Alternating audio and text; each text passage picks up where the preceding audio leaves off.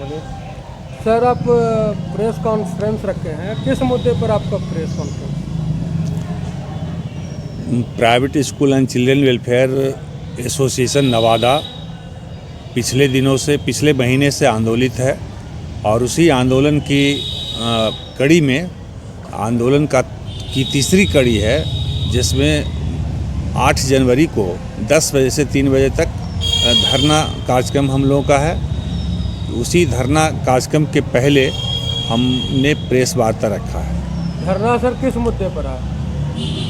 RTE एक अधिनियम है जो केंद्र सरकार 2011 में लाई, उसको बिहार सरकार ने अपनाया। उस अधिनियम को हिंदी में शिक्षा का अधिकार अधिनियम कहते हैं। उस अधिनियम में तय है कि जो समाज के गरीब वर्ग के जो बच्चे हैं, उस बच्चे को भी प्राइवेट स्कूल में पढ़ना है और प्रत्येक प्राइवेट स्कूल में 25% सीट वैसे बच्चे के लिए रिजर्व कर दिया गया है। उस सीट पर वैसे बच्चों का, गरीब बच्चों का नामांकन होगा और उस नामांकित बच्चे से स्कूल वाले को एक भी पैसा नहीं लेना है। उस बच्चे के फ़ी के बदले सरकार प्रतिपूर्ति राशि के रूप में पैसा देती है, ऐसा उसमें तय है। शुरू में 15-16, 16-17 में सरकार ने पैसा दिया भी। 17-18 का क्लास 1 का पैसा दिया, 18-19 में क्लास 1 का पैसा दिया।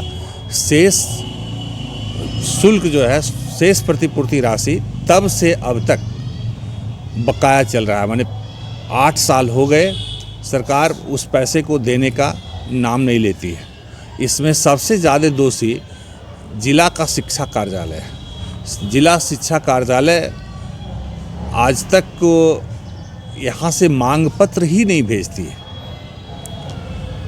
ऐसा इसलिए कि मैं अपने स्तर से प्राइवेट स्कूल एसोसिएशन के अध्यक्ष के, जिलाध्यक्ष के हैसियत से मैं जिला शिक्षा कार्यालय यानी DO को लिखा, कई बार नवादा DM को लिखा, कई बार शिक्षा मंत्री को लिखा, कई बार मुख्य सचिव को लिखा, कई बार प्रधान सचिव को लिखा, कई बार मुख्यमंत्री को लिखा, लेकिन आज तक उसमें कोई फ़ायदा हमको नहीं हुआ है। सभी लोग लगता है कि कुंभकर्णी नींद में सोए हुए हैं, इस पर ध्यान देते ही नहीं है। इसका मूल कारण हमने पता लगाया है कि यहाँ जिला शिक्षा कार्यालय जो है मांग पत्र भेजता ही नहीं है।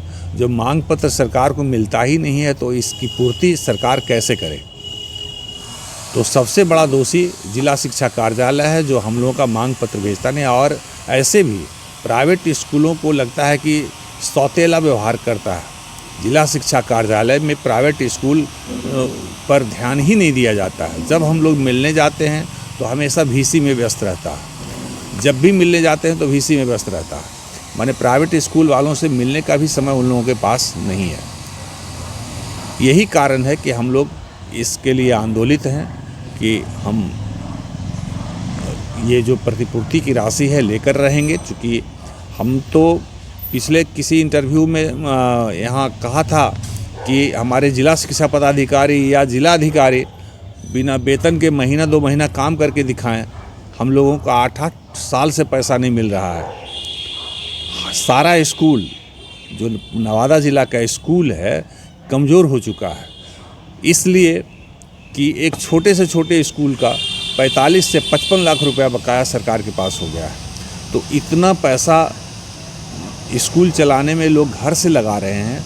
घर से लगाते लगाते लोगों का घर कमज़ोर हो गया है।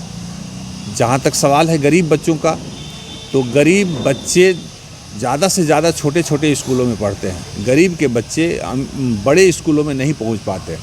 सरकार यह ध्यान नहीं दे रही है कि छोटे छोटे स्कूल पूंजी के अभाव में बंद हो जाएंगे तो बड़े स्कूलों में गरीब के बच्चे पहुँच नहीं पाएंगे।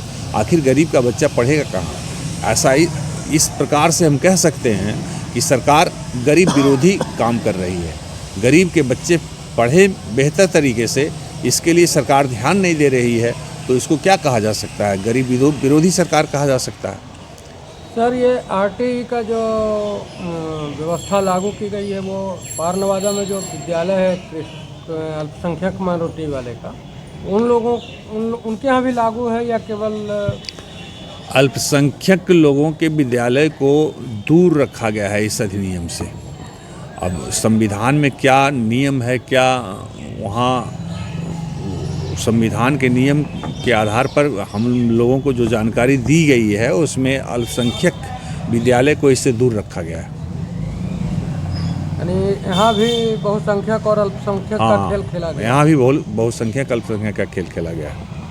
धन्यवाद। आप अपना परिचय दें। मैं प्रोफेसर विजय कुमार, जिलाध्यक्ष private school and children welfare association Nawada.